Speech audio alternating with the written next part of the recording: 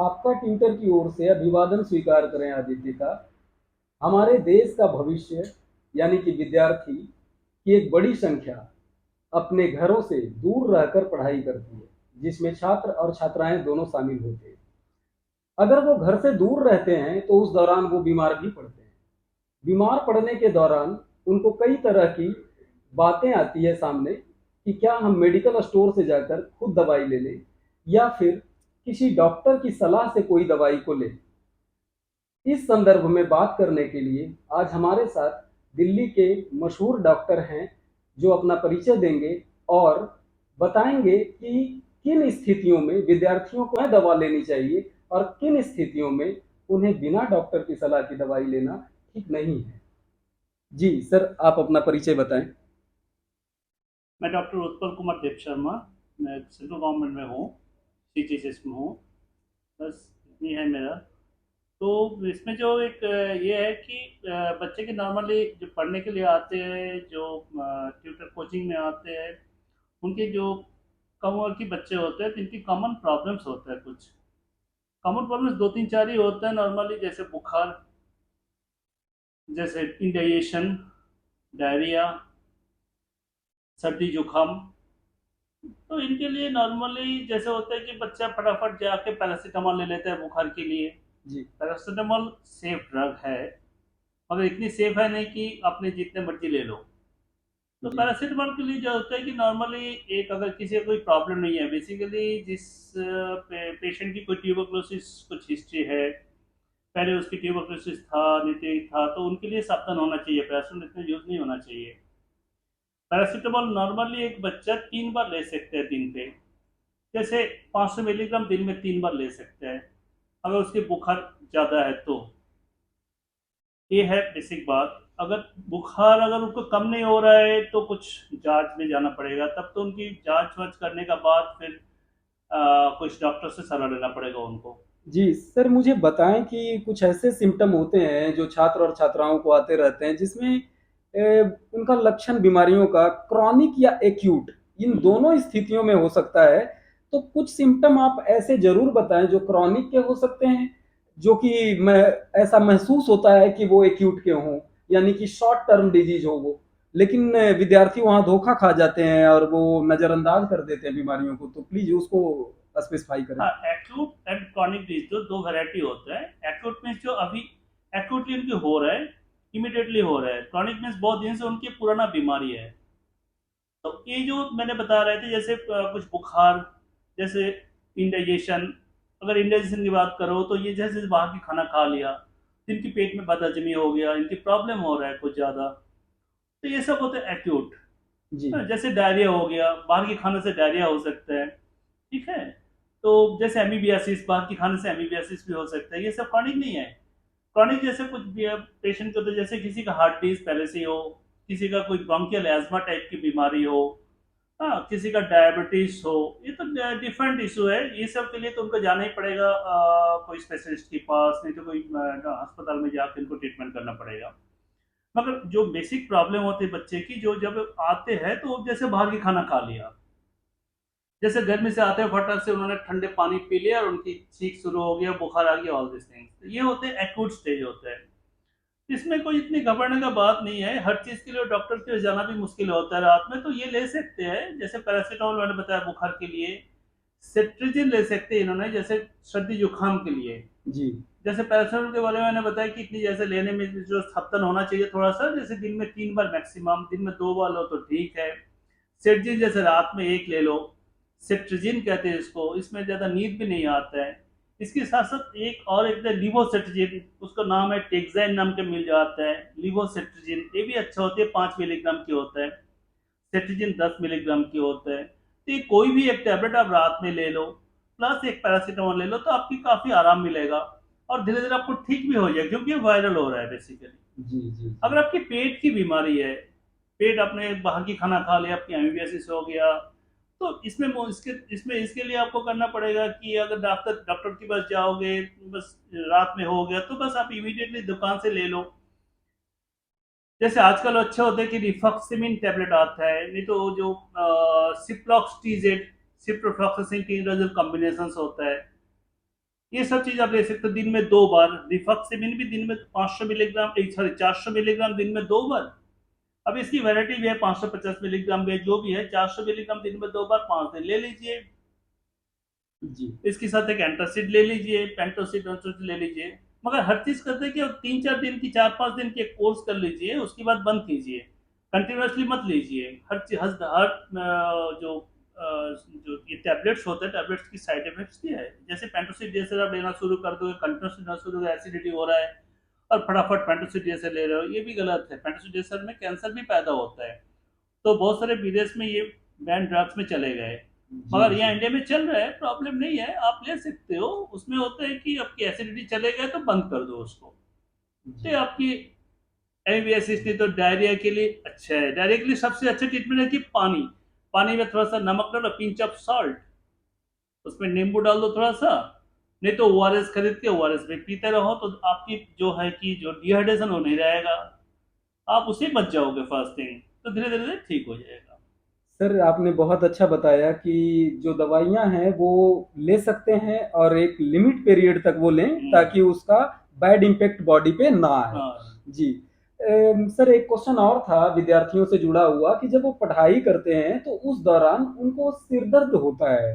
सिर दर्द में एक सिम्पटम माइग्रेन का भी होता है और एक नॉर्मल सिम्पटम होते हैं जो एसिडिटी वगैरह से भी होते हैं, रिफ्लक्स वगैरह की वजह से। तो कैसे वो आइडेंटिफाई करेंगे कि ये दर्द माइग्रेन का है या फिर वो नॉर्मल सा दर्द है जिसके लिए वो एंटासिड लेकर उसको कंट्रोल कर सकते हैं? तो इसके लिए जरा सुझाव देते। एक तो उनकी जैसे पढ़ाई की एक प्रेशर होता है, पढ़ाई के लिए जो प्रेशर होता है उसमें वो दिमाग भी लगाते हैं कि अरे क्या होगा, फ्यूचर क्या होगा, ऑल दिस। इतनी सोचने की जरूरत नहीं है फास्टिंग। जिंदगी बहुत छोटा होता है, तो उसमें इतनी ज्यादा सोचोगे तो आपको एक्चुअल जो आपकी जो एम है वो खराब हो जाता है, वो साइड लाइन हो जाता है। एक जो माइग्रेन की बात करो, माइग्रेन बेसिकली कुछ बंदे माइग्रेन है रेगुलर बेसिस पे नहीं होता है, एक फ्रीक्वेंट जैसे कुछ दिन की बात बात वो आते रहते हैं। इनिशियली आपकी शायद 1 महीने के बाद, 2 महीने के बाद आते रहते हैं, धीरे धीरे धीरे धीरे वो जो ड्यूरेशन कम होते जाते हैं। तो माइग्रेन की ये प्रॉब्लम है। माइग्रेन प्रॉब्लम हो तो आपको डॉक्टर्स को सलाह लेना बहुत इंपॉर्टेंट है। जी मगर नॉर्मली जो स्टूडेंट होते हैं वो जैसे बहुत ज़्यादा पढ़ाई करते हैं, खाने पीने में वो ज़्यादा ध्यान नहीं दे, प्रॉपर नहीं करते हैं, खाने पीने में ज़्यादा ध्यान भी नहीं देते हैं। हाँ, ठीक टाइम पे प्रॉपरली खाना भी नहीं खाते हो, तो उसमें वो करना चाहिए कि जैसे कुछ एसिडिटी कारण से बहुत ज़्यादा ये जो सिर दर्द होता है, तो सिर दर्द के लिए सेफ ड्रग है पैरासीटामोल, उससे छोड़ के उन्हें ज़्यादा ज़्यादा ड्रग्स मत लीजिए। प्लस पेंटोसिड डीएसआर, नहीं तो कोई भी एक ओमेप्राजोल, इस टाइप की जो चीज़ है, इस टाइप की ड्रग्स आप खाली पेट में ले लीजिए सुबह, और थोड़ा सा 5-7 दिन, नहीं तो एक हफ्ता 10 दिन अपने कंटिन्यू कीजिए। एक दिन लेके बंद मत कीजिए अगर बहुत ज़्यादा एसिडिटी हो रहा है तो। इन द मीन टाइम आपको जो करना है, आपको जो रेस्ट्रिक्शन करता है, जैसे आपकी, हाँ, जैसे फूड की रेस्ट्रिक्शंस, हाँ, जैसे ज़्यादा कारी वाला फूड नहीं लेना चाहिए, ज़्यादा मसालेदार खाना नहीं चाहिए। ठीक है, जैसे आपका ओरी, ज़्यादा आप चिंता मत कीजिए। ज़्यादा दौड़ भाग मत कीजिए, ज़्यादा सोचिए मत। प्लस जो टाइम पे खाना है ये बहुत ज़रूरी होता है, टाइम पे खाओ, सादा खाओ। प्लस 10 दिन के लिए वो पेंटोसिड टाइप की चीज़ ले लो, तो देखोगे आप धीरे धीरे ठीक हो जाओगे। प्लस टेंशन कम करो। जी। सर ने बहुत अच्छा बताया कि आपको अगर माइग्रेन की समस्या है तो वो एक पीरियड में उभर कर आता है हम्म। और वो पीरियड के हिसाब से आप उसे आइडेंटिफाई कीजिए और नज़दीकी हॉस्पिटल आप विजिट कीजिए। और सर, चूंकि छात्र जीवन जो होता है विद्यार्थियों का वो बेहद गरीबी भरा होता है, उनके पास इलाज के लिए भी पैसे नहीं होते इवन। तो ऐसी स्थितियों में आप मार्गदर्शित कीजिए उनको कि वो कैसे हॉस्पिटल का चुनाव करें और थोड़ा सा वक्त लगे लेकिन वो ऑथेंटिक जगह पे पहुंचे। तो आप ये भी बताएं कि सरकारी अस्पताल सभी जगह मौजूद हैं, तो इसके बारे में भी दो शब्द रखें आप। हाँ, जो बेसिक, देखिए आप गरीब फैमिली से आते हो कि जहाँ भी है, स्टूडेंट के पास इतनी पैसा नहीं होता है फास्टिंग, तो इनको इमीडिएटली कोई प्राइवेट अस्पताल, नहीं तो कोई क्लिनिक में जाने का इतना जरूरत नहीं है। क्योंकि प्राइवेट हॉस्पिटल में, मैं तो यहाँ बैठ के नहीं बोलना चाहता हूँ, मगर प्राइवेट हॉस्पिटल में आपको बहुत कुछ कर देंगे कि ये टेस्ट कराओ, ये करो, वो करो, तो आप फंस जाओगे बेसिकली, बहुत सारे पैसे आपको निकल जाएगा। We don't have that much of money. तो आपको जो करना है बेसिकली, एक गवर्नमेंट अस्पताल में जाइए। गवर्नमेंट अस्पताल की एक दो प्रॉब्लम है जो है कि ज़्यादा रश होता है, वहाँ बहुत ज़्यादा पेशेंट्स लंबे लाइन होते हैं। भाई एक दिन तो लाइन में खड़े हो जाओ, कोई प्रॉब्लम नहीं है। तो माइग्रेन के जैसे माइग्रेनिल टैबलेट कुछ भी, मगर माइग्रेन के लिए अपना मर्जी से मेडिसिन मत लो, इनके लिए आप एक बार जाके सलाह ले लो फिजिशियन की, तो आपको दे देंगे, उसी हिसाब से आप मार्केट से खरीद लो। अगर आपको लगे कि गवर्नमेंट अस्पताल की मेडिसिन ठीक नहीं है, ठीक नहीं लगे, तो आपने मार्केट से भी ले सकते हो, मगर सलाह आप ले लो गवर्नमेंट अस्पताल में जाके, इससे आपका खर्चा नहीं होगा कुछ, ऑलमोस्ट फ्री ऑफ कॉस्ट में 5-7 रुपए के जो उनकी जो टोकन मनी लेता है उससे हो जाएगा। आप जाके माइग्रेन की ट्रीटमेंट कर सकते हो। तो ये है basically. Ji.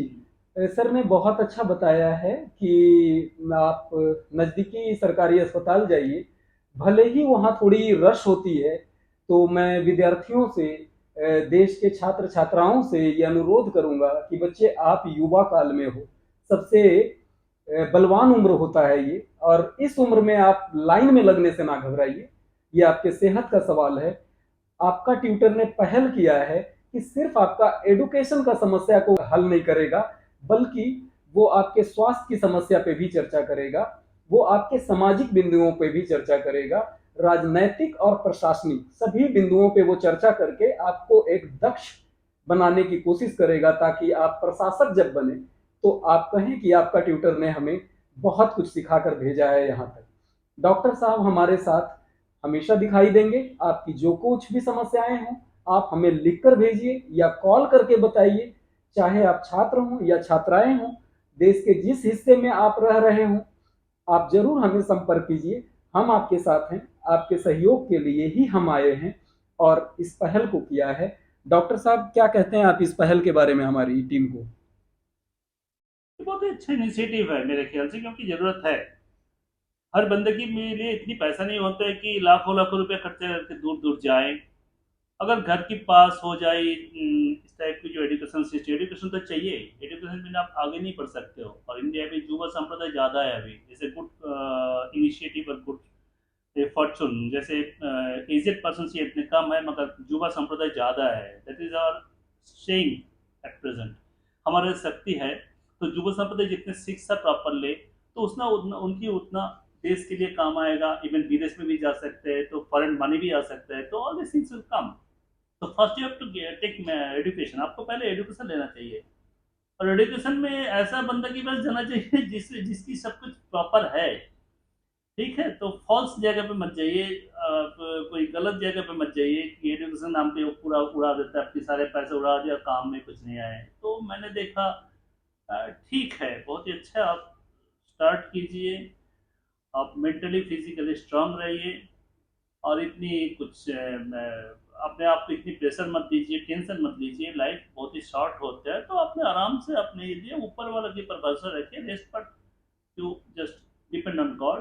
First you have to take initiative, आपको तो पहले इनिशिएटिव लेना है, आपको पढ़ना है, जो भी करना है इन उम्र में जो है। एक ब्रह्मचर्य पढ़ो, पहले पढ़ो, प्रॉपरली खाना पीना करो, ठीक टाइम पे थोड़ा सा ट्राई करो, पढ़ना तो है बहुत ज़्यादा।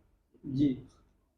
सर शायद आप बंगाल से हैं, ये अगर वीडियो बंगाल के बच्चे देख रहे हैं तो बंगाली में 2 लाइन उनके लिए बोल दीजिए, जो प्रोत्साहन के लिए उनके लिए मार्गदर्शन बने, और उनको लगे कि दिल्ली में आप जिस तरह से रह कर यहाँ भी सभी बच्चों को सिखा रहे हैं और समाज के लिए जो हमारे साथ इस वीडियो में शामिल हुए हैं, तो 2 लाइन उनके लिए भी बोलिए बांग्ला में। হ্যাঁ, এটা খুবই ভালো একটা ইনিশিয়েটিভ। টিচারকে অনেক কাছে থেকে পাওয়া যাচ্ছে, এবং টিচাররা অনেক এফেক্টিভ। তো তোমরা সবাই ট্রাই করতে পারো, যারা এখানে আছো, যারা বাঙালি আছো, তারা এখানে ট্রাই করতে পারো, তারা ডিস্টেন্ট লার্নিং হিসেবে নিতে পারো। এবং এটা এত বেশি কস্ট এফেক্টিভ নয়, এখানে অনেক আইএস এসে পড়াবে। তো এইসব দিক থেকে অনেক সুবিধা। তুমি নিজেকে যে প্রিপেয়ার করতে চাইছো, আইএস জন্য প্রিপেয়ার করতে চাইছো, বা ইন্ডিয়ান অ্যাডমিনিস্ট্রেটিভ সার্ভিসের জন্য প্রিপারেশন করতে চাও, না ইউপিএসসি দিয়ে তুমি বসতে চাইছো, it's very tough tough actually exam. तो सारे एग्जाम ही টাফ হতে যাচ্ছে। ইউপিএসসি কমন মেডিকেল সার্ভিস দেখে मैंने आए थे। তো সেই জন্য সব কিছুই দরকার এখানে। তোমাকে আমার দরকার, তোমার ভালো প্ল্যাটফর্ম দরকার। সেই প্ল্যাটফর্মে এসে তুমি সেখানে কাজ করো, তুমি সেখানে শেখো, নিজে পড়াশোনা বেশি করে করো, নিজে জোর দাও পড়াশোনার উপরে, হেলথের উপরে কিছুটা খেয়াল রাখো, তাহলেই তুমি অনেক ভালোভাবে সফল হবে জীবনে। জীবনে সফল হবেই। थैंक यू सर, आपका ट्विटर में आपका सर बहुत बहुत धन्यवाद। आपने हमें सहयोग किया है, हमारे टीम की बात को समझा और हमारे साथ आए आप। अब इसी के साथ मैं इस वीडियो को अंत करना चाहता हूँ। जय हिंद, वंदे मातरम।